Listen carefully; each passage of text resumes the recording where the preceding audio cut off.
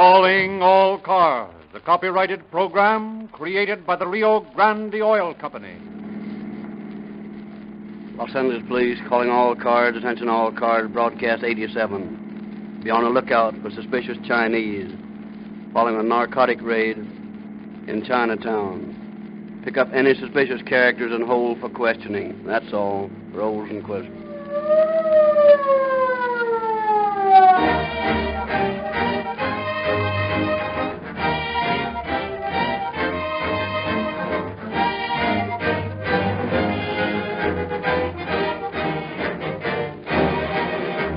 We have invited Mr. George A. Zamboni, petroleum engineer and member of the Society of Automotive Engineers, to tell you tonight why you save money by using Rio Grande cracked gasoline in your car. Mr. Zamboni. All automobiles built during the last 5 years have high compression, high speed engines, and ordinary gasoline won't work efficiently in these new motors. Motorists who buy cut price, uncracked gasolines think they are saving money, but they are wrong. Your motor can use only part of the power in each drop of uncracked gasoline. The unburned portion either goes to waste or turns into damaging carbon or oozes down your cylinder walls to dilute crankcase oil. Doesn't this dilution do any serious damage, Mr. Zamboni? I should say it does. If you put the finest oil into a motor and then run it with this cut-price, uncracked gasoline for only a few hundred miles, your oil is so diluted it is useless for lubrication. Then you lose power. Carbon begins to choke your motor. Your engine has no protection from friction and wear. What's your recommendation, Mr. Zamboni? Every car built since 1930 should use nothing but cracked gasoline. High compression, high-speed motors operate at full efficiency only on cracked gasoline. Cracking ensures that gasoline burns quickly, completely, leaving no unburned parts to carbonize or dilute oil. What do you think of the Rio Grande patented cracking process, Mr. Zamboni? Rio Grande has unquestionably the finest cracking plant in America. I consider your cracking process the very latest and best development in petroleum refining. Then you know why so many leading western cities that make careful tests of the gasoline they specify for their emergency vehicles, police cars, and fire engines use Rio Grande cracked gasoline more than any other brand.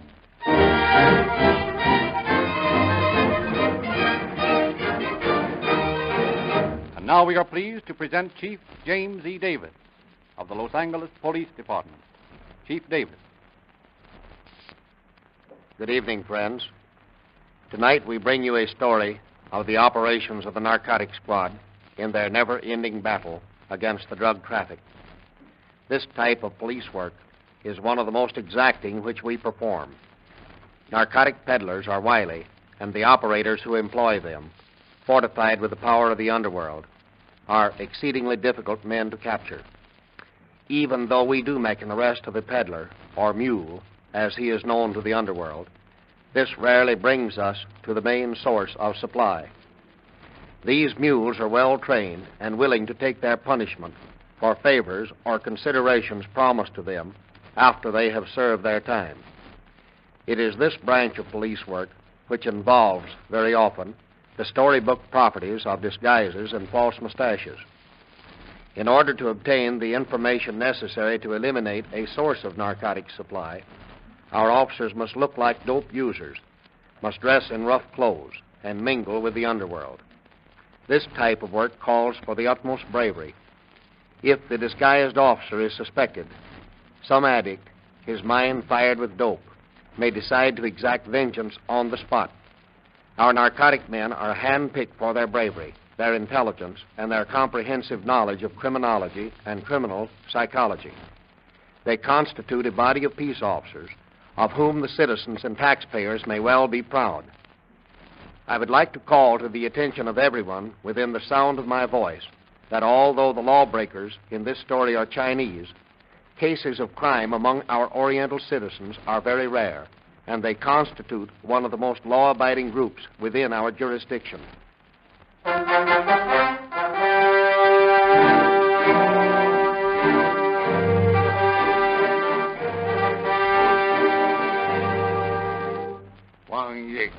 Wong Yik. Every time you guys knock over a mule, we find he's peddling that junk for Wong Yik. Chitwood. Yes, sir? Go out and get this Wong Yik. I'm going to put a stop to this dope ring and know the reason why. It won't do any good to bring in Wong Yik. Why not? He's too smart. He lets these mules take a rap for him. Old men like that one we just questioned. Wong Yik knows they'll appeal to the sympathy of the jury and get off with light sentences. That's beside the point. I want Wong Yik. Go get him. Very well.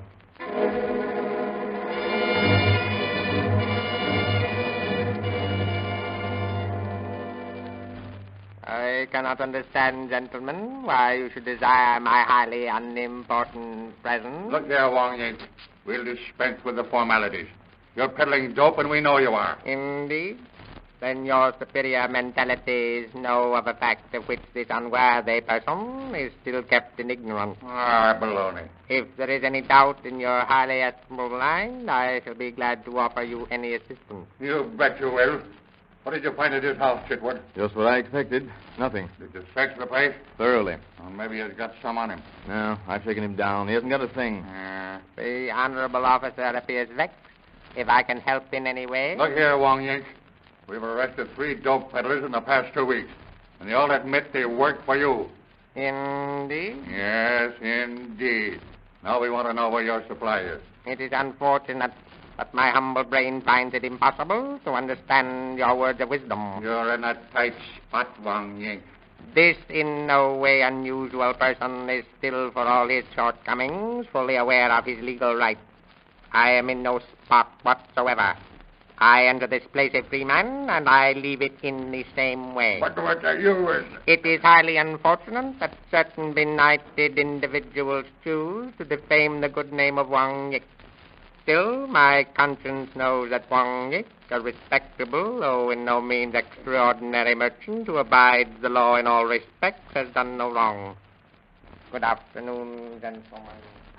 Come back here. Chitwood, bring that man back here. Take it easy, Captain. You can't make him stay here, and you know it. And what's more, he knows it, too. Yes, but we know the man's peddling dope. What of it? We can't prove it. You don't understand these Orientals the way I do. If you'll pardon me saying so, you're handling this thing all wrong. I guess I didn't put in 10 years in a precinct station for nothing. I guess I know how to question suspects. Well, maybe you do. But handling narcotic cases is a completely different thing. Well, how would you do it? Well, I'd work the same way the Oriental does. What do you mean? I'd take my time. I'd have infinite patience. Well, why don't you do it then? If you let me do this my own way, I will. Do it any way you like, but get the stuff on that arrogant Chinaman. Very well. But I may be a year doing it. Okay. Take all the time you like, but hurry up.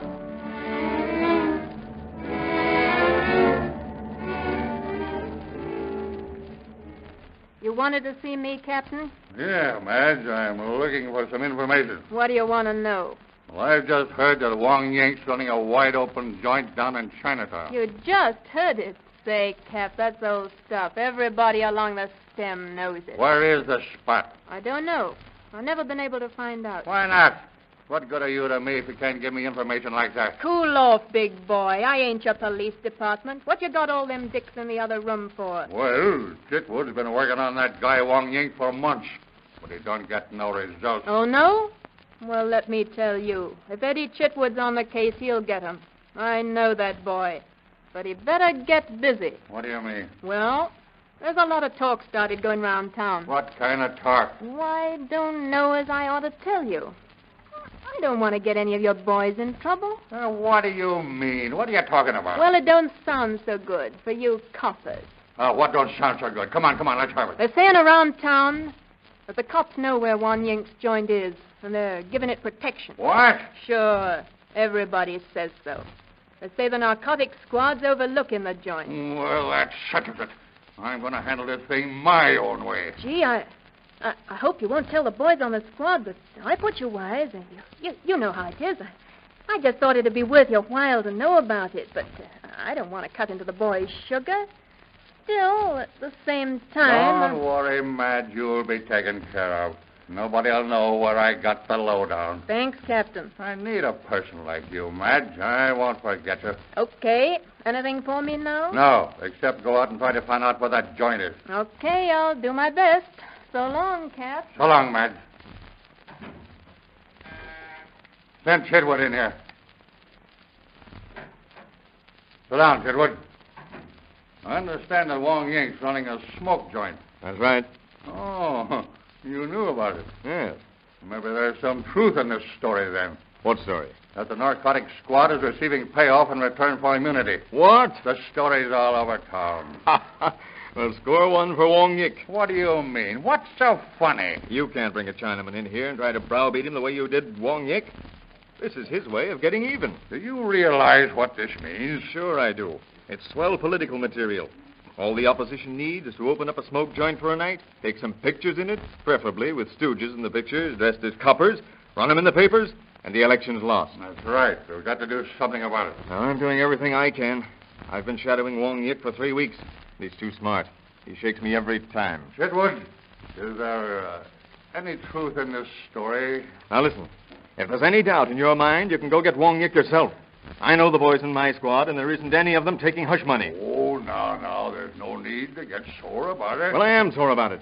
If you hadn't bungled this investigation in the first place, we wouldn't be in a jam like this. This is no time to argue about past mistakes. No, but you expect me to pull your chestnuts out of the fire? No, it isn't that, Chitwood. Yes, it is that. Okay, I'll get Wong Yik for you. I'll save your face. But I hope the chief gets wise and puts you back in the sticks-pounding pavements when the smoke clears away.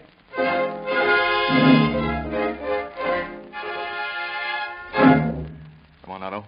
We're going to do some storybook sleuthing. Yeah, but what's in the can you got there? White paint. White paint? What for? We've got to whitewash the boss. Hey, what are you talking about? I'll explain it all on the way out. Wong Yik's sore about the way the boss handled him, so he's fixing to frame the police department, and we've got to stop it. Come on. Where are we going? Out to Wong Yik's house.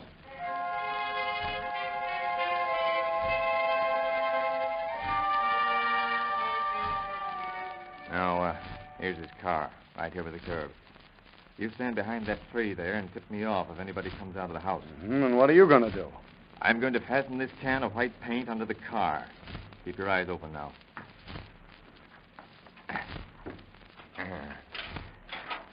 Come on, you. Get over there. Gosh, this wire cut your hand. There. Now for the ice pick. And we're all set. Now, okay, Otto, let's get out of here. Now, will you kindly tell me what's the big idea? Sure. Simple. I lashed a can of white paint under the car. And then I knocked a hole in it with an ice pick. Yeah, but what for? So it'll drip out. Now, all we got to do is keep our eye on Wong Yik's house. When he drives away, we let him get a head start, and we still can follow him. See?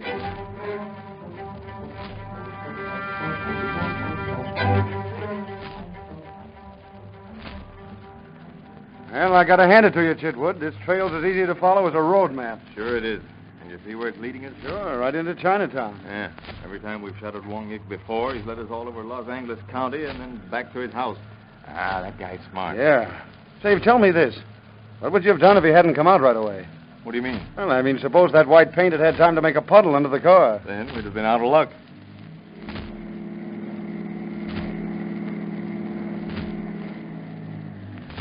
Well, here's where the trail ends.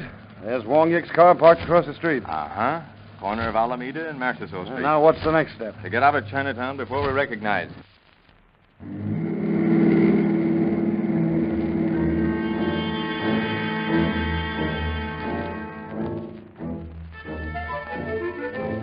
Then begins the tedious work of elimination. Chitwood and Otto Slensky check over the places of business, restaurants, and buildings within a block radius of Alameda and Marchessault Streets. The known establishments are eliminated at once. Then careful inquiry is made regarding doubtful spots.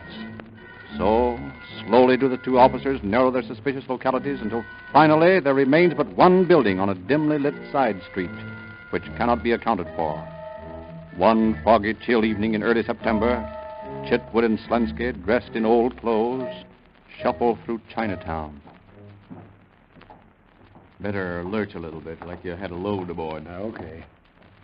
You know, Chitwood, this all seems a little screwy. Now, these buildings are all warehouses. There's nothing doing back here at night. Yeah, maybe, but this one spot down here is the only one we can't account for. Hey, this is it, isn't it? Number 73? Yeah, that's right. Well, it looks deserted. Look, the windows have all been broken. You never can tell. Well, let's barge in and see what's there. Quiet. Keep moving. There's a Chinaman behind us. Following us? I can't tell. Just keep walking. Sneak a look and see if he's still there. No, he's gone. Gone? Where the devil do you suppose he disappeared to? That's just what we're going to find out. Yeah, how? See this low building across the street? Yeah? There's a fire escape on the side. We're going up to the roof. Come on.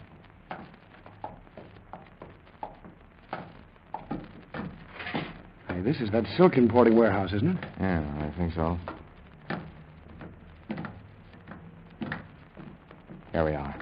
Now keep down pretty low so you won't be outlined against the sky. Gee, it's hard to see down there in the street with that glare those lights throw over on Alameda Street. And your eyes will get accustomed to it. Say, am I seeing things, or is that another Chinaman just turned the corner? It is. Keep your eye on him now.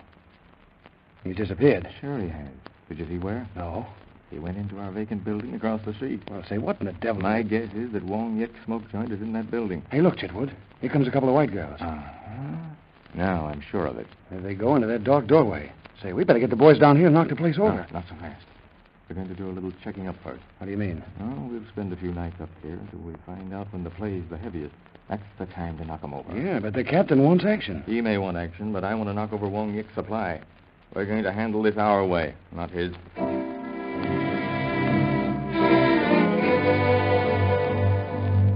Night after night for weeks, Chitwood keeps a lonely vigil atop the ancient building in old Chinatown, watching the shadowy figure slink down the dark street, disappear into the yawning black entrance of the abandoned building. Finally, one night, Slensky joins him on the way to the stakeout. What's up, Chitwood? You plan to knock him over tonight? No, but I want to determine where the joint is located in the building. Yeah, we're taking a chance, aren't we? Oh, not much of a chance. This is Tuesday, and I've noticed that on Tuesday nights the place doesn't get a big play. The last couple of Tuesdays, there have only been 3 or 4 smokers come in all night. So we're pretty safe. Well, if it's okay with you, it's okay with me. And a boy. Well, here we are. Coast clear? Nobody inside. Fine. Let's go. Got a flashlight? Yeah, right here. Good. We need 2 of them. Well, this entry looks deserted enough. I wonder where those stairs lead. That's what we're going to find out. Come on. What's the matter? A mouthful of cobwebs. Oh. Say, nobody's been up these stairs for years, Chitwood. Huh? Ever hear of machines that spin cobwebs?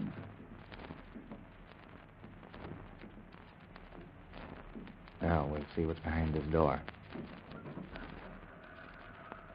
Chitwood, there's a man crouching there. Where? What? Oh, you see things, Otto? Look, the life-size figure of Buddha. Must have used this floor for a temple at one time. Well, it sure looked like a man in the shadows. Hey, listen. What was that? Huh? A rat.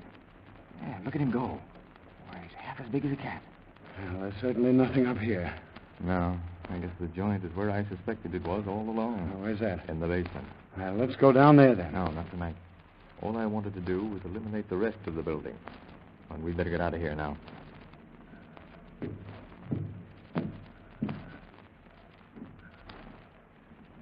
There's a light, Otto. What's the matter? Up the wall. Somebody's coming.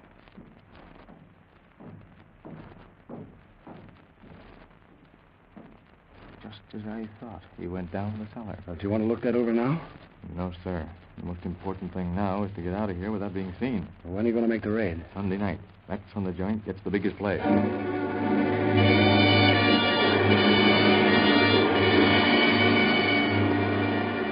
Men all posted, Otto? Yep. Smith and Beard are on the roof. Sayers, Hathaway, and the state narcotic man are at the corner waiting for our signal. Hawthorne and Harrigan have got fire axes with them. Okay. Give them the flash to come in. Now, flash your light up to the boys on the roof. Did they see you? Yeah, they flashed back. Fine. How about it, boys? Are you all set? All set. Okay. Follow me and be as quiet as you can.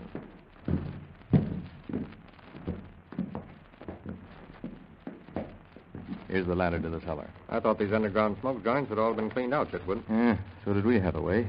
Most of the labyrinths under Chinatown were closed up 10 years ago, but apparently the boys overlooked one. Now, take it easy. This lower rung is wobbly. Well, looks like we go further down. How's that? This passageway here leads on down. Let's go.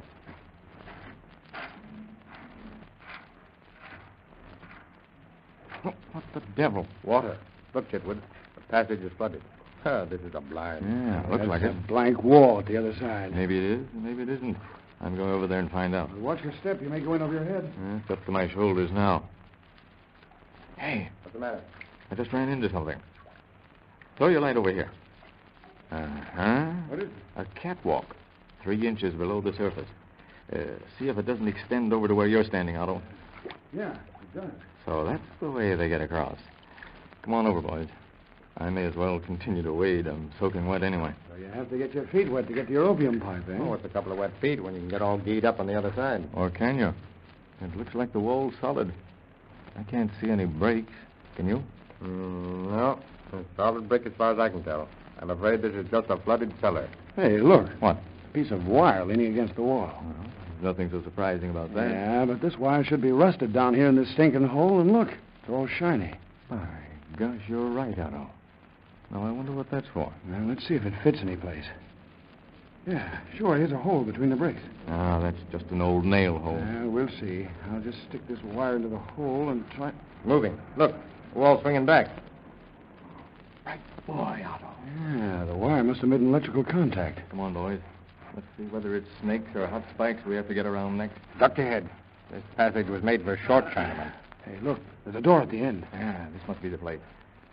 All right, Harrigan. Also, get busy with those fire axes. Hurry up, boys. They're wise in there. It's too strong. Try the sledgehammers on the hinges. They're weakening. There she goes. Everybody stand where you are. This is a raid. Hey, they're trying to get out through the closet over there. Head them off, Sayers. Now, don't use your guns if you can help it, boys. But lay out anybody that resists arrest. Pipe down! Pipe down! Quiet! Hey! Several of them got away. That's okay. Boys on the roof will pick them up. All right, line these prisoners up, Sayers.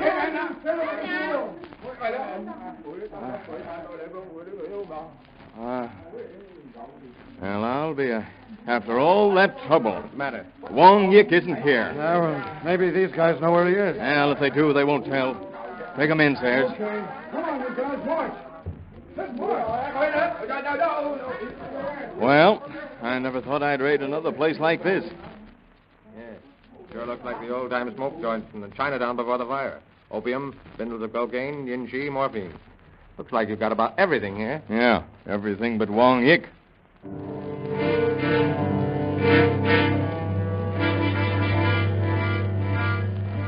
Well, Chidwood, where's Wong Yik? He got away. He got away, huh? That's what comes of letting you do this your own way. Oh, keep your shirt on. I knocked over the joint, didn't I? And confiscated about $10,000 worth of narcotics. What more do you want? I want Wong Yik. Well, I'm still working on him. I found several addresses in the coat of one of the men who escaped. I'm checking on them now. If you don't have him in here by the end of the week, I'm going after him myself. And if you do, he'll make a fool of you.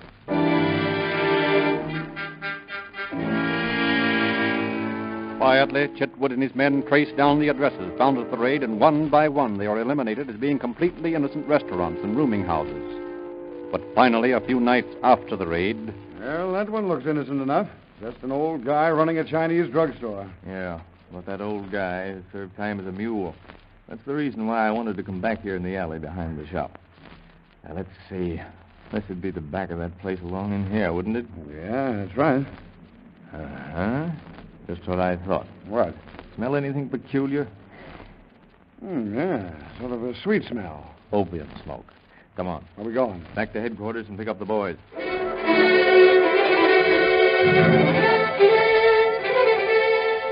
All right, boys. We slip down the alley. Give me 2 minutes in the store, and then start breaking down the alley door. When the noise starts, Otto, you come into the store. If my guess is right, they'll waltz right into our arms. All set? Okay. All right. Okay, here goes.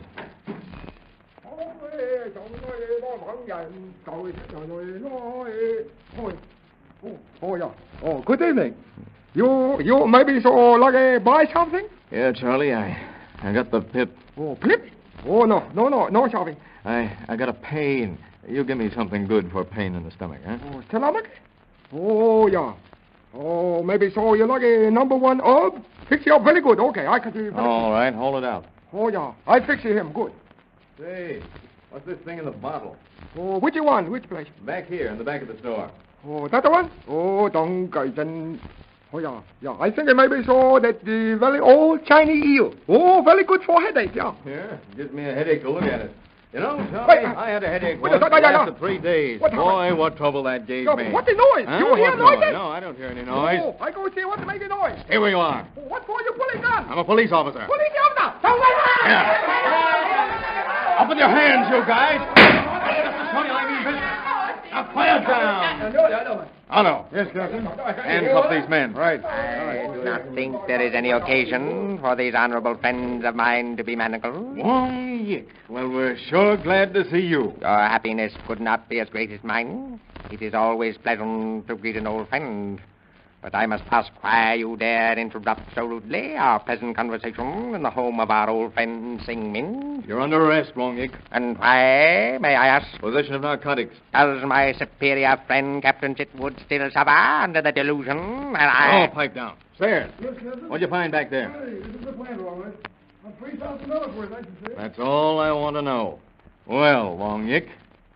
Still, if my old friend Sing Min has laid by a supply of the comforting poppy to console his advancing years, I do not comprehend why it should be of concern to you, or why it should involve me or my 2 friends here. Take him down, Otto. Right. I warn you, Captain, someday you will go too far.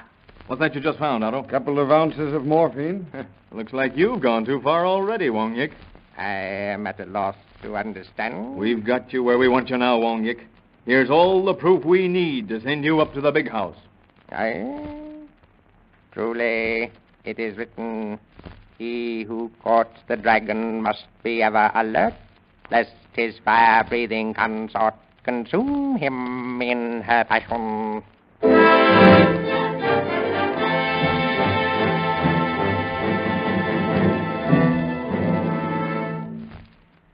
Wong Yik and his companions were speedily tried and sentenced to the state penitentiary for the terms prescribed by the law.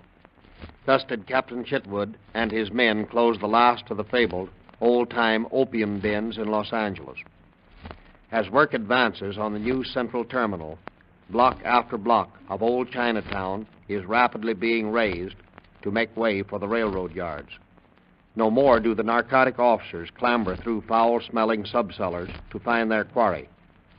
When opium-smoking resorts are discovered nowadays, they are apt to be in hotels and apartment houses in the more fashionable parts of the city. But due to the never-ending vigilance of your police, assisted by state and federal narcotic officers, this vice is slowly but surely approaching complete eradication. Thank you, Chief Davis. The efficiency of your police department has given Los Angeles the reputation of being one of the best policed cities in the United States. The use of Rio Grande cracked gasoline has contributed greatly to this reputation for efficiency. For many years, all Los Angeles police cars, fire engines, and emergency equipment have been powered by Rio Grande cracked gasoline. Police cars respond to emergency calls in unbelievably short time. City records show that automobile operating costs are lower than ever. Other California cities, Oakland, Berkeley, Fresno, Bakersfield, many cities and counties in Arizona, including the capital city, Phoenix, all specify Rio Grande cracked gasoline exclusively for emergency cars. This is the same cracked gasoline your neighborhood Rio Grande service station offers. Try a tank full yourself, and you will see why Rio Grande cracked is specified above any other brand for emergency motors.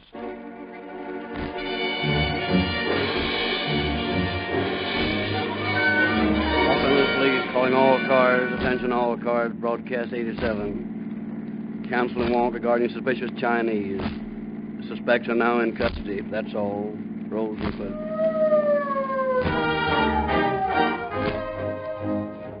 This is your narrator, Frederick Lindsley, bidding you good night.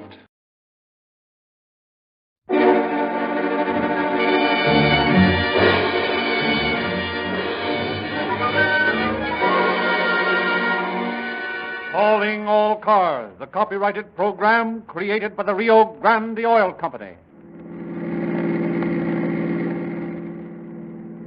Sacramento Police calling all cars, attention all cars, broadcast 88. All officers not at present on duty report to headquarters to participate in a manhunt for 2 escaped San Quentin convicts. That's all.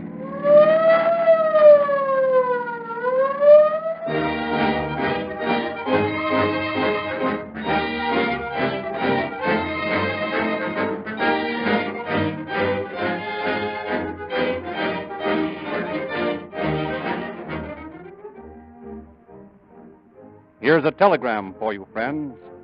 It's from San Diego, California, and it reads, quote, "Congratulations. Now all San Diego County police cars, fire engines, and emergency motors are powered exclusively by Rio Grande cracked gasoline," unquote. And that's not all. Just before this San Diego telegram was received, we had official notification from the city of Bakersfield that Rio Grande cracked gasoline has been adopted for Bakersfield police cars after competitive tests with other gasolines. It was only a week or two ago you heard us announce that Phoenix, capital city of Arizona, was using Rio Grande cracked gasoline for all emergency cars, profiting from the example of Maricopa County, Arizona, which has been using Rio Grande cracked in sheriff's cars for many months. In previous broadcasts, we have read to you a long list of cities using Rio Grande cracked gasoline exclusively, an impressive list that includes Fresno, Berkeley, Oakland, and Los Angeles, which has used Rio Grande cracked gasoline exclusively for years.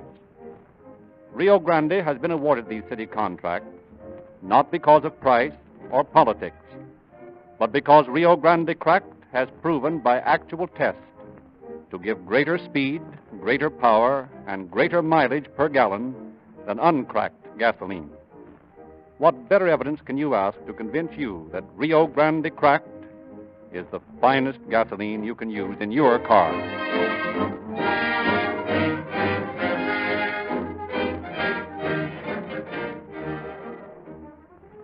And now it is our privilege to introduce Chief William H. Hallinan of the Sacramento Police Department, who will speak to you from station KFBK in Sacramento. Chief Hallinan.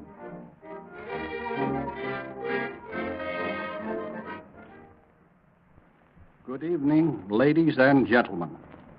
Tonight, the Sacramento Police Department is proud to join the roster of law enforcement agencies whose work has been dramatized on Calling All Cars. In introducing my department to this great radio program, I would like to assure all those within the sound of my voice who may be planning to break the law that crime does pay. Crime pays with big dividends. Crime pays with the coins of misery, of penance, of long years behind iron bars, of poverty and disgrace. And for those who really embrace the crime to its fullest, who commit the supreme crime of murder, for them, crime has the greatest payment of all, death on the gallows. A wriggling, grasping death for the servant of crime. Up 13 stairs and down one, through a little trap to eternity. That is the payment of crime. Any of you who think it is worth it, I invite you to break the law. Make one false step, and the police will be looking for you with a vigilance that never lags, with an alertness that never sleeps, looking for you constantly to award you the rewards of crime, which is punishment. Don't forget, don't think for a moment, a crime doesn't pay. All you who desire unhappiness, imprisonment, or death, I invite you to embrace a life of crime.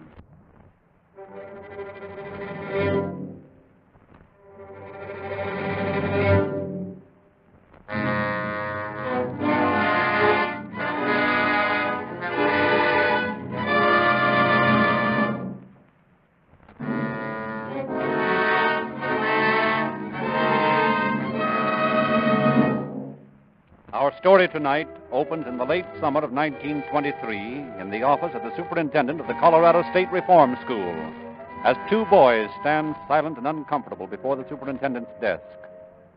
Well, boys, you have paid your debts to society. You made a mistake when you thought you could break the laws.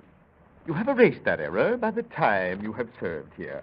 And I hope you have learned while you have been with us that crime does not pay. Oh, yes, indeed, sir.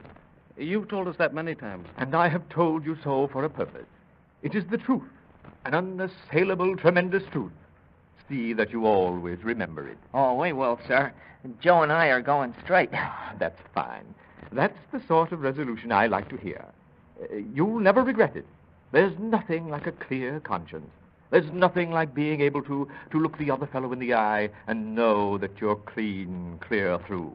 Like me, for instance. Yes, sir. Oh, don't think I haven't been faced with temptation. Oh, no, sir. Of course, not the temptation to rob a house, but there have been temptations. And I met each one and conquered it like a man. Yes, sir. That's the challenge that life hurls at us, boys. Be men. Yes, sir. Well, I could go on that subject for hours. Yes, sir. How's that? Nothing, sir. However, I believe you boys have heard me speak on the matter before, and I know you're eager to walk out into the world free again. Yes, sir. I thought so. Well, here's $5 apiece to get you started. Oh, thank you, sir. Thanks. Goodbye, boys, and remember, be men. Yes, sir. Let me hear from you from time to time, but don't let me see you back here again. Oh, no, sir. We won't be back here again. That's the spirit. Face life and be men. That's right, yes. Goodbye. Goodbye. Goodbye, sir. Can you imagine it, having to listen to that tub of mush for a half an hour to get this lousy sawbuck? Yeah, but $5 is $5, and we're going to need it. I know, but it ain't hardly worth it. But like throwing it in his face. Be men. Crime don't pay. Maybe it don't pay for mugs like him, but we're going to make it pay. I'll say. Okay, Jake. Open them gates for us. All paid up, huh? That's right. Well, we'll be seeing you back pretty soon, I guess. Oh, no, you won't. Why, you ain't going straight, are you? No, we ain't going straight. We're going to California.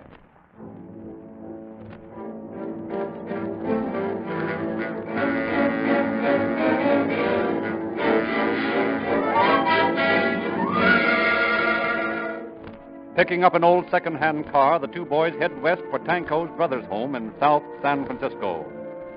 They make a connection with a bootlegger and manage to pay expenses by making deliveries for him. Then one day in San Bruno, California... Hey, Floyd, that was a boulevard stop you just went through. Oh, what of it? There's nobody out this end of the town, no traffic, no houses. Oh, yeah? That's what you think. That motorcycle cop back there's following us. No kidding. Well, I'll fix him. That got him. He bit the dust like a redskin. Turn around. Let's make sure I bumped him off. Oh, but gee, that's risky. There ain't nobody out here. Come on, swing her around.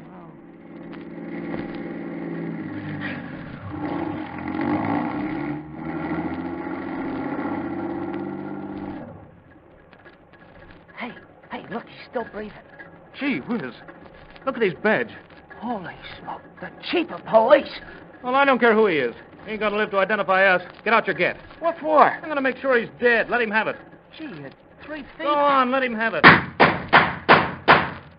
that ought to take care of him. Hey, Joe, here comes a car down the road. Let's get going then. Step on it.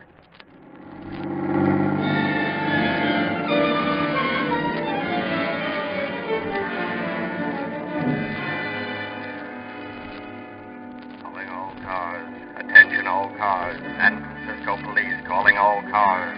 Watch for 1924 touring car. License number 612791. 612791. This car was used by suspects who shot and killed Chief of Police Meehan of San Bruno this morning. These men are armed and desperate. Watch your step, boys.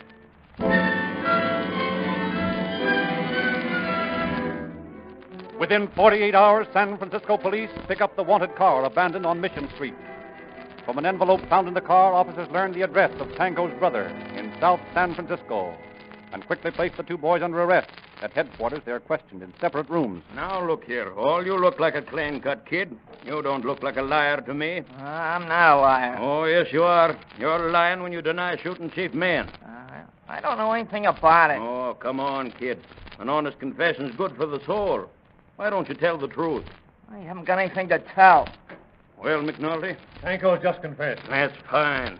Now, you see, Hall, you might as well confess, too, and we can save everybody's time. Oh, I don't believe Joe confessed.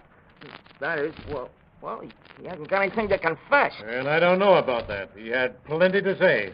And he confessed that he was with you when you shot Chief Meehan. When I shot him? Sure. Well, the poor kid's all broken up that his pal should have gotten him into such a jam. Is that what he said? Sure. Why, the dirty double-crossing rat. All right, I'll talk. I'll tell you everything. I'll fix that guy. He can't squirm out of this thing. Nah, you're using some sand tall. Get all this down, Sergeant. We'll get this straight. The whole thing was Joe's idea, see? He was afraid of getting caught with the booze in the car. He winged a copper, and then he made me go back and empty my gun in him. It was all Joe's idea, and he can't lay the blame on me. Why did you murder Chief Meehan? I didn't. Listen, Tanko, we got all we want on you. A witness took down the number of your car. When we found the car, we found your brother's address in it. Your brother's got an alibi, and you haven't. You shot Chief Meehan. You can't prove it. You'll never get me to say it. Well, McNully? Hall just confessed. Good. What? Here's his confession with his signature at the bottom. Look for yourself. Why, that thinking squealer. If I could get my hands on him. My pal. Trying to throw the rap onto me, is he? Well, how about it, Tanko? Looks pretty bad for you from what Hall says here. Yeah? Well, it's just as bad for him as it is for me. Okay, I did shoot that bull. But Hall emptied his gat into him, too. Go ahead and put me in the big house. And if you do, you'll put that pal of mine there with me.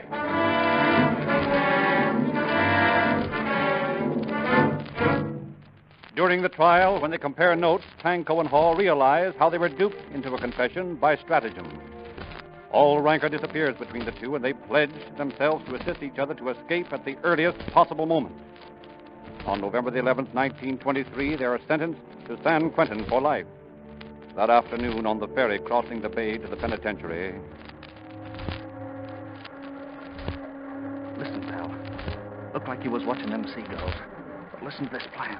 Okay, go ahead. The fog's coming in fast. There's a chance we can make a break for it. Are you game? Sure. Okay. It's about 15 feet from here to the railing. When the sheriff's back's turned, we rush the railing. Oh. Jump out as far as you can and then swim like the devil. Oh, it's a long chance, Joe. I know it is. It's better than a life in stir, ain't it? Sure. The sheriff's moving down the deck now. He's talking to someone. All set? All set. Let's go. Hey, Sheriff! You're something loose? Hey, what is this? Where do you guys think you're going? Hey, you let me go! Get out of my way, you big flat-foot! Look at me, will you? Yeah, that'll quiet you for a while. How about you, Hall? You want a taste of this pistol butt, too? Okay. You win. Yeah, now just what's the big idea? Well, Joe and me don't want to go to the big house. Nobody does. But they don't think about it until after they've pulled the trigger. Yeah? Well, I'll tell you this. We ain't going to stay there. We'll get out. You just wait and see. It's okay with me, kid. Only I'll warn you, if you do get out, you'll go back. Only it won't be to Quentin. It'll be to Folsom.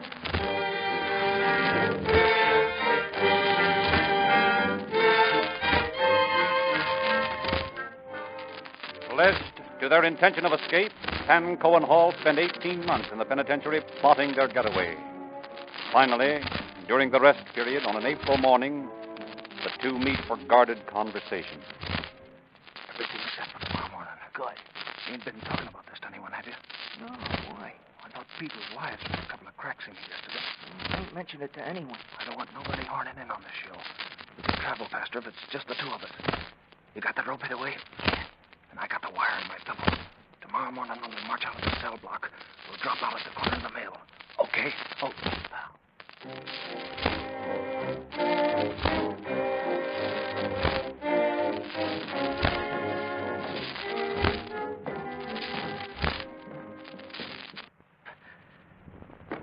I missed. I'll do better this time. Boy. Go on, now shinny up there. Fasten that rope so we can get down the other side. Okay.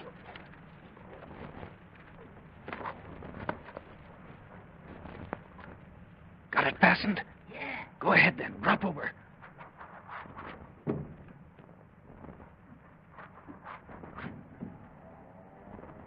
Listen. Hey, there goes a siren. That means they're wise. Come on, we gotta scram.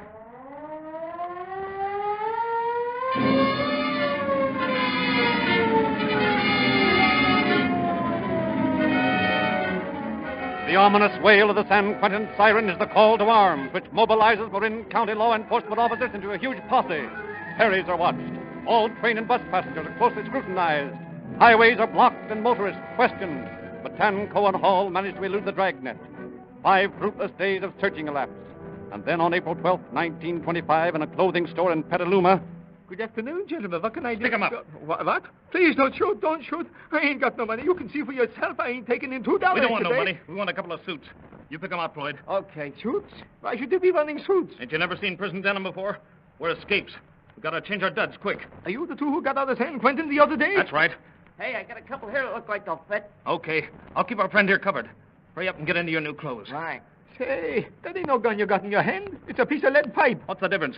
I can beat your brains out with this just as easy as I can blow them out with a gat. So don't start getting any ideas. Oh, don't hurry. I won't.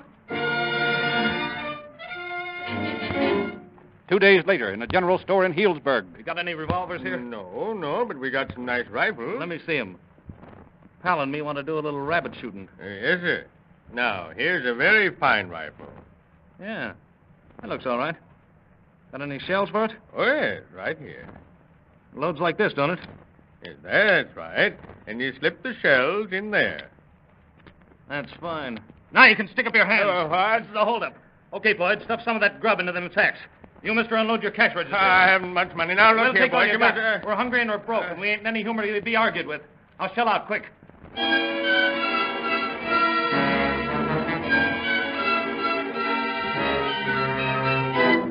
2 days later, Tanco and Hall robbed 2 men on the outskirts of Sacramento, and then on April 18th, they enter a second-hand store in Sacramento at a moment when no one is present but the proprietor, H.J. Litzberg, and a clerk. Hello, boys. You was wanting something? Yeah, stick 'em up. Yeah, now, boys, you must be fooling. Hey, he's reaching for that drawer, Joe. No, we ain't fooling. Oh. 2 murders that got on us. Oh, shut up, Floyd. Empty that register fast.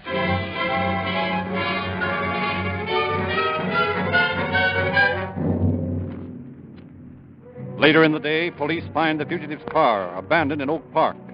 Reports come in from a wide area surrounding Sacramento. Tanco and Hall are said to have been seen in Placer County in Newcastle. They are reported in the Plumbago mine bottom. A posse bottles up the canyon, but the 2 fugitives manage to escape. For days, authorities comb the countryside. At Auburn, the 2 desperados again elude the police. Then, on May 5th, near Colfax in Placer County, You sure the mail comes through this back road? Sure. I tell you, I hid out here yesterday and watched it go by. There's a car coming now. Listen. That ought to be the mail. It's about due. Yeah, it is. Come on. Stick up your hands. What do you want? Stick 'em up and come down out of that truck. Hey, this is the U.S. mail. I don't care what it is. We're taking it over. Oh, well, you fellas must be the 2 convicts that escaped. We are. Well, you won't get far, because the woods are full of deputies hunting for you. Oh, yeah? Put that gag on this guy, Floyd. He talks too much. Oh, okay. Now listen, boys. Don't do this. Shut up, Joe. Go on, tie it tight. Now, you got some of that rope? Here you are. Okay. Well, just truss him up good. You take his feet. There. You won't get far with those nuts. I learned them when I was a Boy Scout. Huh. Fine Boy Scout you must have been. Yeah, he threw me out for smoking. Hey, what do you say? Ought we to bump him off? Oh, I wouldn't. There ain't no sense in having too many murders against us. What's the difference? We got 2. We might as well have a lot. We can only hang once. But we ain't gonna hang. I'll say we ain't. Still, there's no use in bumping him off. Let's just shove him over this bank.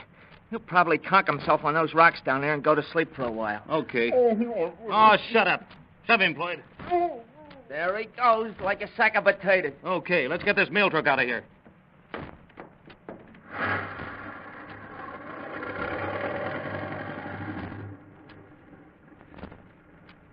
Hey, here comes the car around the bend.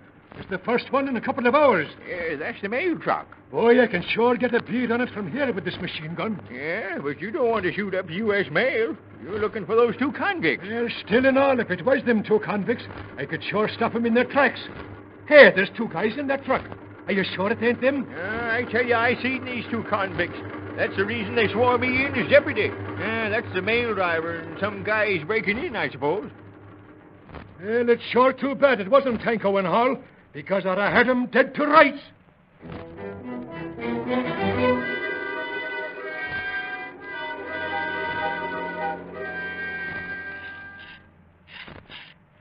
Now, you see, when I get the stock of this rifle sawed up and cut a slot in it for a strap, we can carry 'em under our coats like a shoulder holster.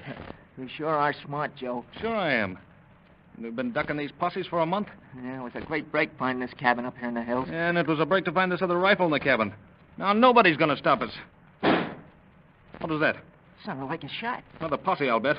Some dumb deputy shot his gun off. Come on, let's scram. Well, we ought to leave him a note of thanks for warning us.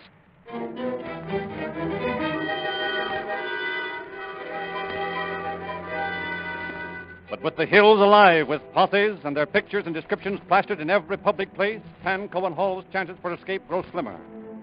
Nevertheless, it's a couple of days before the next development when late one afternoon, Detective Captain Hallinan of Sacramento receives an excited telephone call.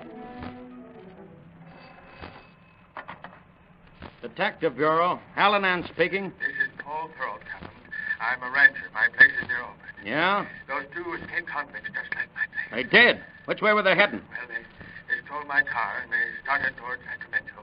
They come in here around noon and gagged my wife and me and tied us to the bed, and then they cooked themselves some food and stole my car and left. Thank you very much, Mr. Therald. You stay right there, and I'll send some men out to look your place over for fingerprints. Yes, sir. I'll wait right here. Robert, go out to the ranch of Paul Therald between here and Auburn and find out what you can about those two cons being there this afternoon. Yes. Thompson. Yeah? Take a detail of men and patrol the road from Auburn. Pick up a 1922 Dodge touring car, license number 159837, and watch your step. Tanco and Hall are in the car. Yes, sir. Wait a minute. Yeah. This might be something. Detective Bureau, Hallinan speaking. Say, I just saw a guy who looked like Tango going into a theater over here. Where? It was at the Togo Theater, you know, the one run by the Japanese. Okay, thanks. Go ahead, Thompson, and look for the car. Right. Steve. Yes, Captain. Go over to the Toco Theater and surround the place and shake down the customers. I just got a tip that Tanco and Hall are in there watching the show. Okay.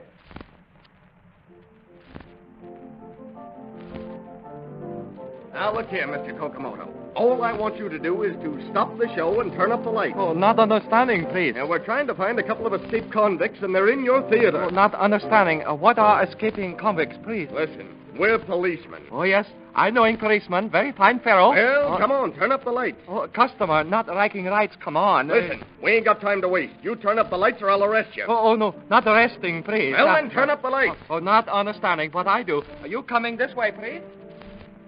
All right, quiet, everybody! Quiet, please! Quiet! Sorry to disturb you, but we're looking for a couple of men. Now, if you'll all remain seated, the show will continue in a few minutes. You take the other aisle, Herman. Stanley and I'll go down this one. Hey, Steve. Look. Look. Something shining under their seat. Oh, wait a minute. Well, I'll be A rifle with the stock cut off. Who was sitting here, madam? A couple of they young found a fellows. sawed-off They just shotgun. came in for a few minutes, and then I heard one of them say to the other that he'd had a hunch they'd better leave. Can you imagine that? Slipped through our hands again.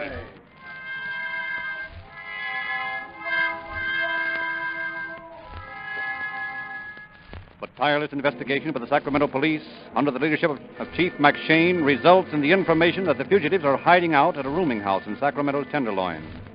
Chief McShane leads the officers who surround the place and finally approach the door of the escaped convict's room. All right, boys, on your toes. Now, these guys are plenty tough. Okay, Chief. We'll have to break it in, boys. Well, there's nobody here. Hey, there's a foot sticking up from under that bed. Come out of there, you. Don't shoot. I'm coming out. Well, well. Floyd Hall, the bad man, hiding under a bed. Where's your pal, Tanko? I don't know. Oh, you don't know, huh? Now, don't lie to us. Listen, Copper. Get this straight. You bulls tricked me once, and Joe and I went up. But this time it won't work, so don't try it. I ain't gonna talk, see? No matter what you do to me, I ain't gonna talk!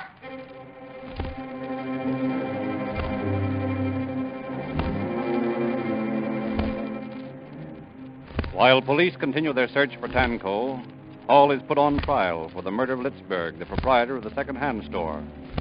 On his first trial, Hall is sentenced to hang, but the Supreme Court reverses the decision because the jury had not agreed and had not recommended death. In 1927, he is tried a second time, and the jury fails to agree. On the third trial, the jury again is hung. Finally, during the fourth trial, District Attorney McAllister moves a dismissal and agrees to let Hall go to Folsom to serve his original life sentence for the murder of Chief Meehan of San Bruno. Meanwhile, the search continues for Tanco, and it's in November of 1926 that two San Francisco detectives, recognizing Tanco in a pool room, follow him to his room in a nearby hotel. Who's there? Open up, Tango. Officers of the law. Oh, yeah? Okay, come on in, but you better have your guts handy. You'll never take me alive. Let him have it, Mike. Did you get your badge? through the arm. Ah. 2 inches more to the right, and it had been through the heart.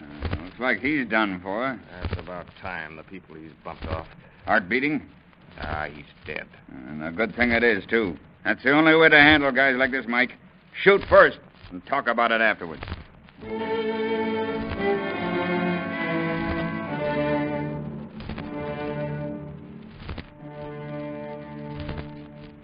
Police use every modern weapon in their war on crime. And police departments of the largest western cities have been first to adopt the faster, more powerful gasoline produced exclusively by Rio Grande's patented cracking process. Wherever it is sold, Rio Grande cracked gasoline powers more police cars, fire engines, ambulances, and other emergency equipment than any other brand. Why? Because it is made by the most elaborate and expensive process in the finest cracking plant in America. Give your car Rio Grande cracked gasoline and get police car performance.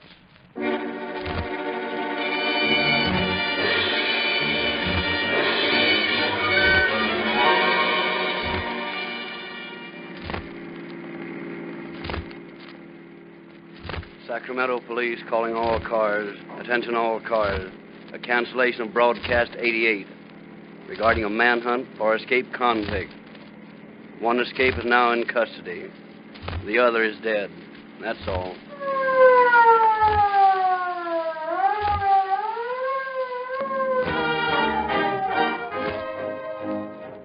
This is your narrator, Frederick Lindsley, bidding you good night for the Rio Grande Oil Company.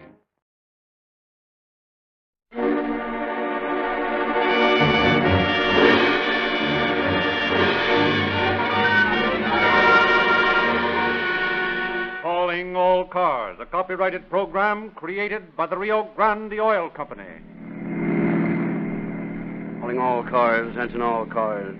Calling all Immigration Border Patrol cars. Broadcast 89. Be on the lookout for unscheduled airplanes crossing the border with smuggled Chinese.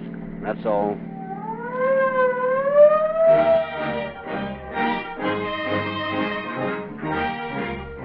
Ladies and gentlemen, Calling All Cars is pleased to present as guest artist on tonight's broadcast Kermit Maynard, star of Ambassador Pictures' Canadian Mounted Stories.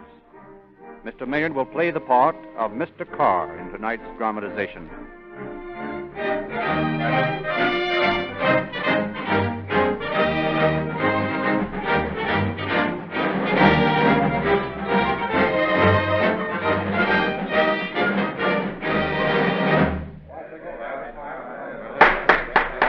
Order, please.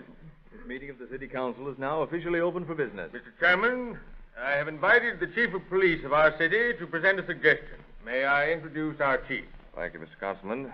Mr. Chairman and members of the City Council, my department has been severely criticized recently for letting so many criminals slip through our fingers. My men are handicapped, frankly, because our police cars are not fast enough to catch up with cars used by escaping criminals. You gentlemen can remedy this. You are now about to place a contract for gasoline for all your city's emergency cars. I urge that you award this contract not on price, but on merit. We've made tests with our police cars on many different brands of gasoline, and we usually get superior performance from Rio Grande's cracked gasoline. I've talked with the chiefs of police of Los Angeles, Oakland, Berkeley, Fresno, Bakersfield, Marysville, and Phoenix, Arizona, with the sheriff of Maricopa County, Arizona, and with the sheriff of San Diego County. All these police officials are enthusiastic over the superior performance of their police cars and emergency equipment when powered with Rio Grande cracked gasoline. Well, there are a lot of other good gasolines on the market, Chief. How come Rio Grande cracked is getting so many city contracts? Well, let me introduce Mr. A.H. Harris, sales manager of the Rio Grande Oil Company, who has been conducting these tests for us. It is true, gentlemen, that wherever it is sold, Rio Grande cracked gasoline powers more police cars, fire engines, ambulances, and other emergency equipment than any other brand. And this is the reason. Rio Grande is the only refiner in the West licensed to make gasoline by the patented Sinclair refining process. The newest, finest cracking plant in America belongs to Rio Grande. And cracked gasoline is manufactured by the newest and costliest refining process known. Well, how much more does it cost to get this superior cracked gasoline? Well, that's the best part about it. I'll tell you just what Rio Grande tells the public. You pay no more for Rio Grande cracked gasoline with tetraethyl added than for other good gasolines. But you get more for your money. Your police cars and fire engines will make greater speed than ever before, have greater power, and you'll get more miles per gallon. Gentlemen, I see no need for further discussion. The fact that so many other cities and counties have been using Rio Grande cracked gasoline exclusively for years, that it costs no more, and the fact that our police chief wants it to speed up his police cars, well, all in favor of changing to Rio Grande cracked, say yes. Aye.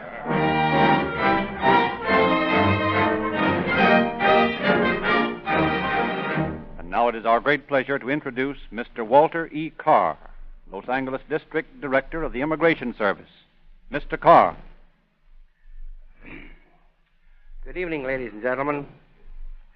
I've been asked many times whether I'm a G-man.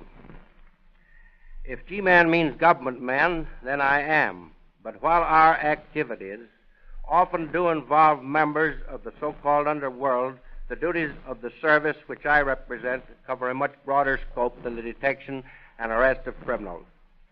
We must, in addition to our constant effort to prevent the smuggling of aliens into the United States and to rid the country of those illegally here, carry on a continuous program of service and friendly counsel from the time the new arrival reaches our shores until he acquires the full status of citizenship.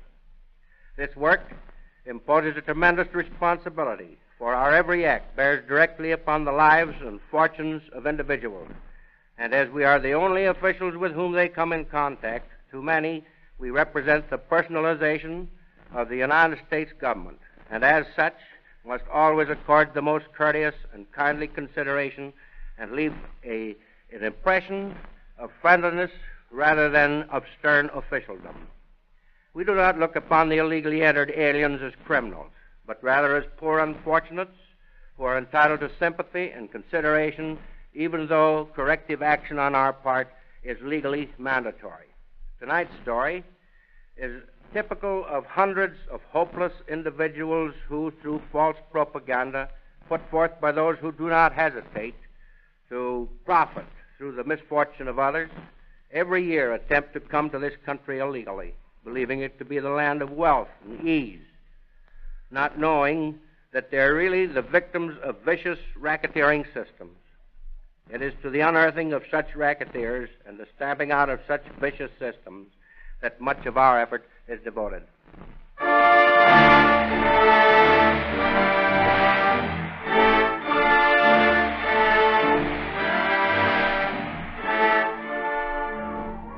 It is a gray March day in the village of Quang Fu on the banks of the swollen, muddy Yangtze River in central China. 6 weeks ago, the last grain of rice had disappeared from the storehouses into the hungry mouths of the starving coolies. Long since the cattle had been slaughtered. Now even the sacred blue temple dogs had been sacrificed. Stalking famine had come plague, dread cholera striking down with blind impartiality the strong and the weak, the old and the young, until there is no more room in the burial ground, no time to care for the dead, until those still strong enough to make the effort consign their grisly charges to the heaving brown bosom of the Yangtze. It is a desolate, sickening place, this village of death, and young Li Chung, as he stands with a friend by the river's bank, would willingly trade places with the silent human driftwood floating by. It is for this, then, that we labor long from dawn's gray breaking until past the hour of the setting sun we toil in the rice fields, that we may someday float toward the great sea with the fish gnawing at our bellies. It has always been so. Each year famine comes upon us. But never has it been like this. We have lived through 3 such times, but our families have lived too. Now the dragon death comes, and we all shall die. Soon I too will follow my honorable mother down the river. True, there is nothing left. Shall you and I remain here in the homes of our ancestors until the dragon death takes us too? What else is there to do? We could leave. Leave? Leave our homes? Why not? But where would we go? It is like this everywhere. This is the way life is. It is not like this everywhere. In America, it is different. America? Yes. In America, there is food, there is money. But how are we to go to America? It is even further than Shanghai, is it not? It is across the great sea, but we can go. My respected father has a friend.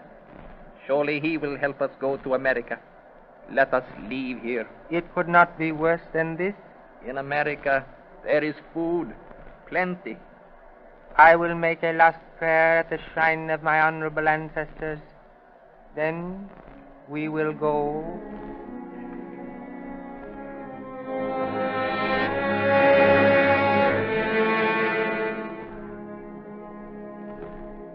I will do what I can for the son of my honorable friend, if he will promise to pay for his passage when he gets to America. Of course we will pay, worthy is- Singi. There is money in America. We will pay. Then leave everything to me. Just sign these papers, and I will take care of everything. How much money will we make in America? Money? Much money. Perhaps a tile a week. That is almost $1 in America. A tile a week? That is indeed a fortune. Of course, of course. Yes, that is right. You have signed in the proper place. Now, no doubt you will want to see the sights of Shanghai. Would you like some money now? Respected sir, we did not come to ask alms. No. But you have signed our agreement. It is a loan. Well, we would like some money. Of course you would. Here is a tile apiece. May your ancestors ever smile upon you. And 1,000 joss sticks burn eternally for your memory. Enjoy yourself, my friends. And within a week, you will be started across the ocean to America. To America. It is difficult, Wong-Kai, to believe that soon we will be in America. Gong! Yes, master? I have just bought 2 more slaves, Wong Kai and Li Chung. Enter their names on my books. And against them, place a loan of $5 American money. At once, master.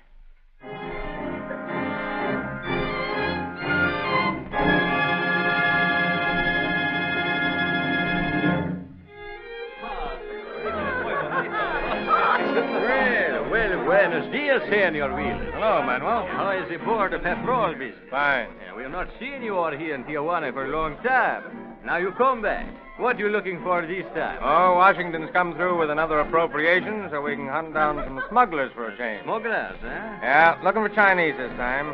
Seen any new arrivals around town? We cleared 2 through San Pedro 10 days ago and are bound to Tijuana.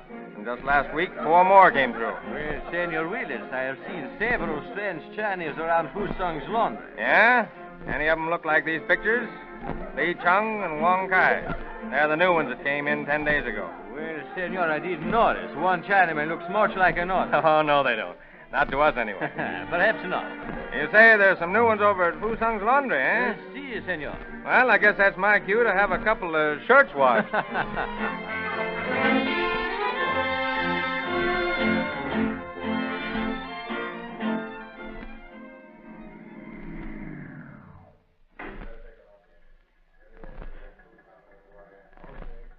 Look at these pictures. Yeah, I can remember him. Okay. Keep your eyes All right, I'll be back in a minute.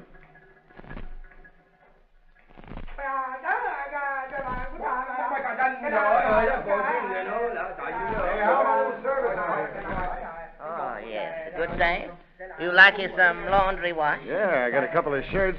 Yeah, very glad to wash your shirt. When can you let me have them? Oh, maybe so. Tomorrow evening. Not till then. Looks like you should do it quicker than that with 3 men working here. Oh, no. Tomorrow evening earliest. These new men, not very fast yet. Well, okay. Make it tomorrow evening, then. Well? Well, they're all right. Your Li Chung and Wong Ki are working as laundry assistants. That's swell. Where are we going now? We're just a couple of yokels looking over the country. And I understand there's a very interesting cantina down the coast at Santa Rosarita. Now, what do you say we visit it? Okay.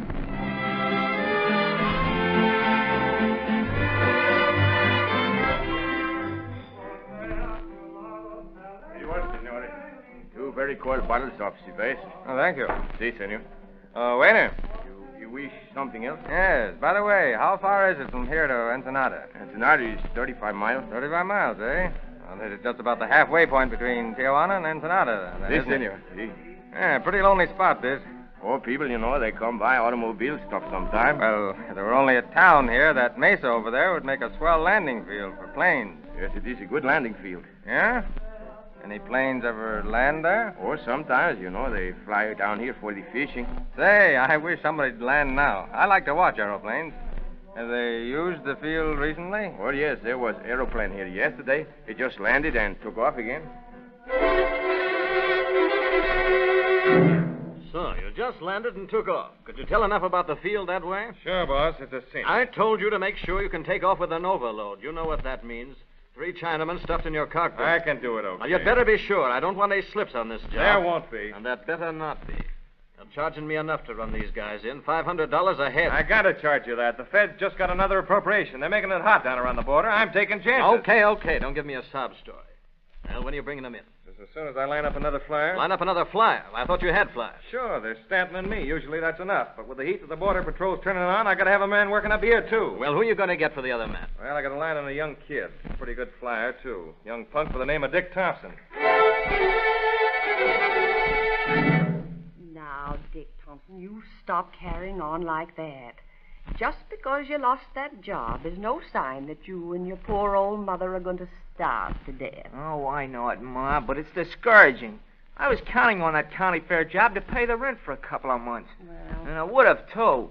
All I had to do was a few loops and a couple of barrel rolls. well, if you ask me, I'm just as happy that you didn't get the job.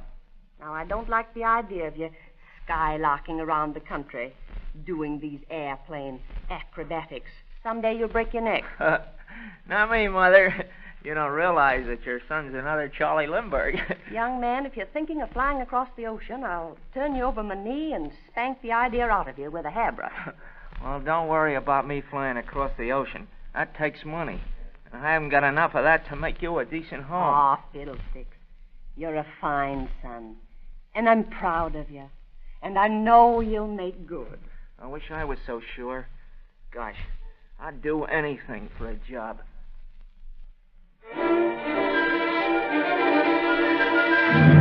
Here's all you gotta do, Dick. You just fly down with me to a field south of Tijuana, pick up 3 passengers, and fly back. Yeah, but who are the passengers? What do you care? You're getting $300 a head for 'em. Think of that, kid. $900. $900. Take you 6 months to earn that any other way, wouldn't it? Well, yeah, I guess it would. You can buy a lot of things with that dough, kid. Yeah. But why are you willing to pay so much? What's the catch? Well, it's very simple. We're going to run some Chinamen into Los Angeles. Smuggling Chinese? Hey, but that's against the law. Sure it is, but what of it? Yeah, but I don't want to break the law. Why, because you're afraid you'll get caught? Oh, partly. Well, you ain't going to get caught. I guarantee you that. Yeah, but it's not right. Listen, kid, that's a lot of baloney. $900 in cold, hard cash can make a lot of things look right. Yeah, maybe so, but... For 3 weeks, the undercover man Willis works below the border, shadowing Fusung's new laundry assistant, watching the cantina at Santa Rosarita, checking every strange Chinese in Tijuana. Then one day he sends a report to headquarters in Los Angeles, which prompts Walter E. Carr, district director of the Immigration Service, to summon his men. Boys, Willis has been doing a great job down below the border, and now it's up to us to finish it. They coming over? Yeah, tonight. According to Willis' information, 2 planes will leave from Santa Rosarita an hour before dawn. They will land at the El Segundo airport at daybreak. Now, here's a map of the airport. As you can see, there are eucalyptus groves at either end. Sam Thompson, McCann, and Bond will be stationed with me at this side of the field nearest the shack. Dean and Brandy will be hidden in a clump of trees at the other side. As the ships come in, we will close in from both sides and nab them. Is that clear? Yeah, clear. We've got to make doubly sure we get these men. Watson, I want you to take a detail into Chinatown. Should there be any last-minute change in plans that would cause us to lose our men, I'll expect you to pick them up in Chinatown. Undoubtedly, that's their destination. Yes, sir. You better go to the city hall and ask Jim Davis to lend you some of the men from his Chinatown detail. He's always glad to cooperate. Yes, sir. All right, boys, that's all for the present. We'll leave from here at 2 a.m. tomorrow morning.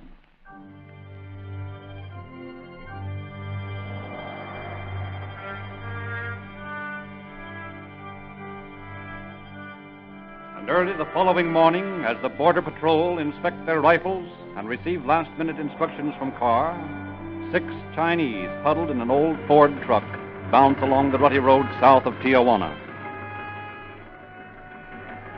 It is true then, Wang Kai, that at last we go to America? Yes. Fusang assures me by the hour of the boiling of the rice, we will be there. So soon? But we travel so slowly. It is far, is it not, Wang Kai? Yes, it is far, but we travel with wings. With wings? Yes, in the white man's devil bird. We fly to America. We fly? In a roaring devil bird? No, Wang Kai, I am frightened. I do not want to fly. You must. There is no other way. No. Tell them I will not go. I am frightened. It is written that terror is the cloak of fools and children. But Wang Kai, we may be killed. Trust in the white man. And remember, soon we will be in America, where there is food. Yes, that is true. No more shall our bellies feel like empty pigskins. No more shall we face the dragon death of Kwang Fu. Certainly, Li Chang, the white man's devil bird can hold no more terror than the dragon death. I am content. We're stopping. Listen. Got the whole lot in there, Fusang? Yes, I got 1, 2, 3, 6 fine China boys. Who is speaking? What are they saying? It is one of the white men addressing Fusang. I cannot understand his language. Okay, fool, let's get him out of here. We gotta get going. Come on, you birds, pile out. But I... Come on, I said, get going. They're dumb, they don't even savvy English. You tell them, Fusang. Come on.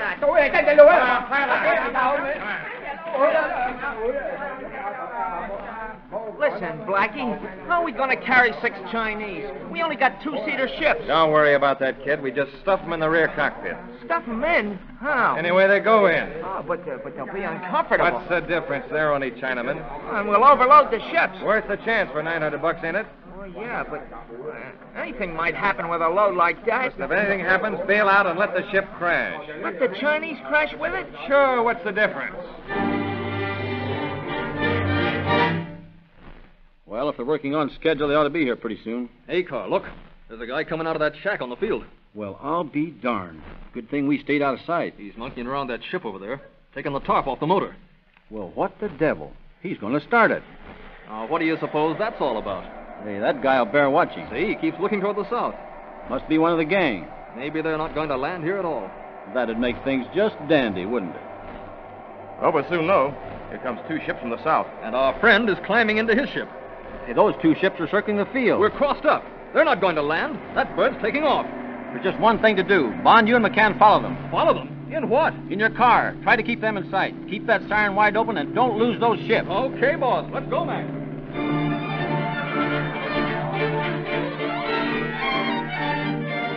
Siren open wide, the 2 federal officers scream through Gardena, straight west towards Torrance. Bond driving like a madman, and McCann scanning the reddening cloud-streaked sky, vainly trying to keep up with the trio of speeding airplanes. It is a hopeless, uneven race. As the federal car roars along the gravel road...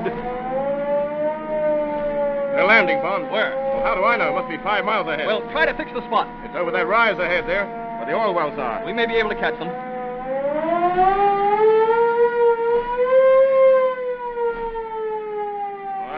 They're taking off again. You see that cloud of dust? Well, we'll get onto the field and make sure. Say, they're heading back again toward El Segundo. Say, the boys will take care of them if they go back there. See anything on the field?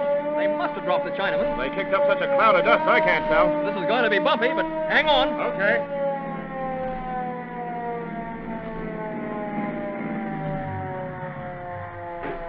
Uh-huh. Here's where they landed, all right. Yeah, and look, here are the tracks of the pickup car. Say, they must have got away into that cloud of dust. I hope they're heading for Chinatown.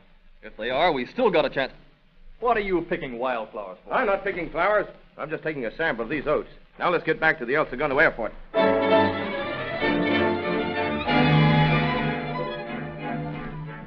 Well, I wonder if Bond and McCann had any luck, Sam. I hope so. But it sure was a tough assignment. Oh, I realize that, but there's nothing else to do. I don't suppose there's much sense in hanging around here any longer, do you? Yeah, I think we'd better. McCann and Bond will come back here to report. We might as well wait for them.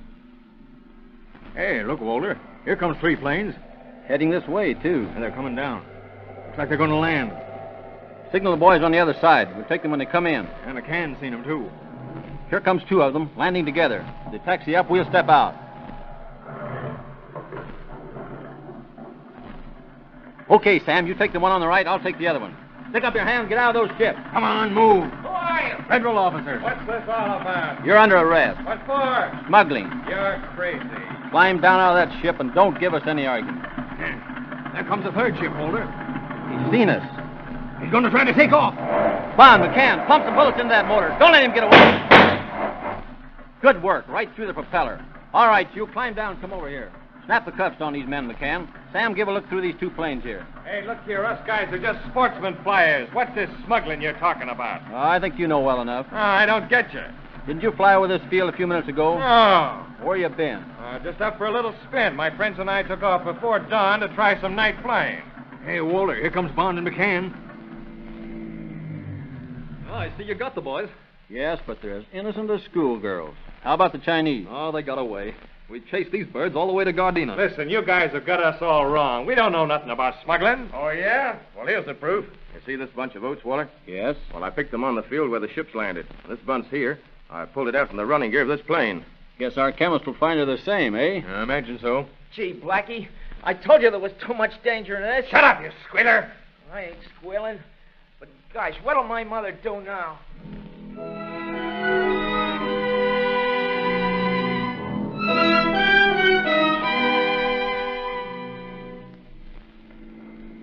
And how do you feel now, Li Chung, after your ride in the white man's devil bird? It was like a dream in which you ride to the heavens on the back of a snorting dragon. You see, there was nothing to be afraid of. And here we are in America. In America. Soon we will make much money. We will never go hungry. Is it not so, Honorable Kylo? Yes, you will not go hungry if you work. What is that high temple we are approaching, Kylo? That is the Los Angeles City Hall.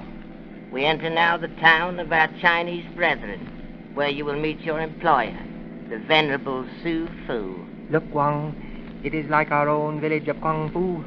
See the signs of the apothecaries and the sellers of herbs. See the temple of Buddha. And Honorable Kylo, what are those many figures plastered upon the wall? That is the lottery. You will learn about this too. You may win someday, and then you can buy your freedom. Our freedom? Certainly. You are the slaves of our Venerable Su Fu. He has brought you to this country. You will work for him 10, 20, 30 years to pay your debt. If you win the lottery, of course, you can pay it sooner. Wang, what does the Honorable Kylo mean? Slave, freedom, what is this talk? I do not understand. But Kylo is very learned. He has lived in America many years. Come on, pull over. What for, pull over? What is the matter? 6 Chinamen in the back seat. Where are you boys from? We are taking a ride. Yeah, I bet. 2 of those guys answered the identification list pictures, Li Chung and Wong Kai. Come on, boys, pile out. Where do you take us? Just up the street to headquarters. What is the Honorable Gentleman saying, Kylo? Why are we stopped? What does he want us to get out of the carriage, Kylo? It is the police. We are captured. Captured? What do you mean? We are under arrest. What will they do to us? To you? You will be sent back to China. I? Well, we shall see. Sent back to China? Sent back to our village of Kung Fu? To starvation? To the dragon death?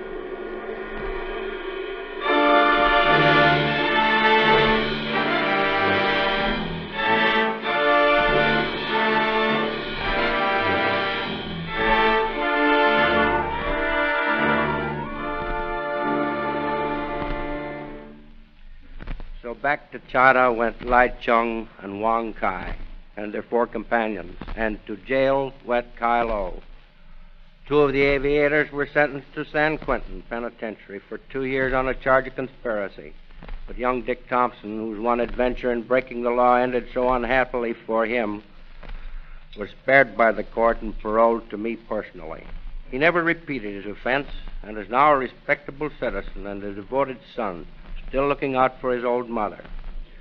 Upon the completion of their prison terms, his 2 companions returned once more to the life of crime. one of them eventually dying in a crack up in Ohio. The other at present residing in an eastern penitentiary on a forgery charge. The big shot, the brains of the smuggling gang, a retired Army officer, was one step nearer prison as a result of this job, and eventually we caught up with him and put him away for 19 long years. But that's another story, and I hope someday to be able to tell it to you. Thank you, Mr. Carr. Ladies and gentlemen, would you like to read more about the true crime stories dramatized on this program? Full descriptions and photographs of cases to be broadcast are published each month in the Calling All Cars News. Get your free copy of this unique publication, full of crime, movie, and radio news, at any service station selling Rio Grande cracked gasoline. While you're in the station, try a tank full of exactly the same gasoline that is used by more police cars, fire engines, and ambulances than any other brand wherever it is sold. Rio Grande Cracked, the gasoline that gives you police car performance at no extra cost.